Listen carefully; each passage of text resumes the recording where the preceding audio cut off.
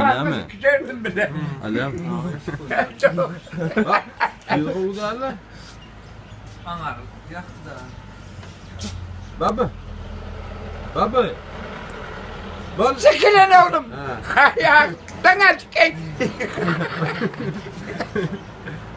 Vallahi burada da oldu.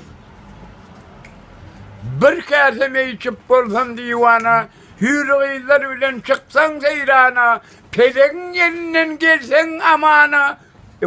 Hacer. Bu dünya men aklım hayran. Veyran eyledir diyeyim. Ha, dinle. Selamma. Helal futbol kamerana ben ettim diye ona da orada alaydık koyuyor futbol kamerana.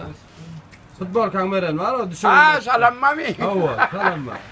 Ama ne mi diyeyim öyle? Hey, atı meydan tanar doğru dimihman, doğmar doğru toprağı aç dökür diye.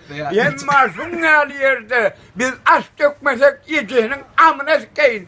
Bacağını da kayın ne olur. Kimin hacıyım var? Ha bu niye girdi sen koy burada? Hey, salamma. Niye girdi? Karadır gözlerin, aktır bileğin. Yaradan Allah'tan senden dileğim. Renk nasıl? Değillerin içinde hürü meleğim. Erkek sen, salamma. Ay ay ay.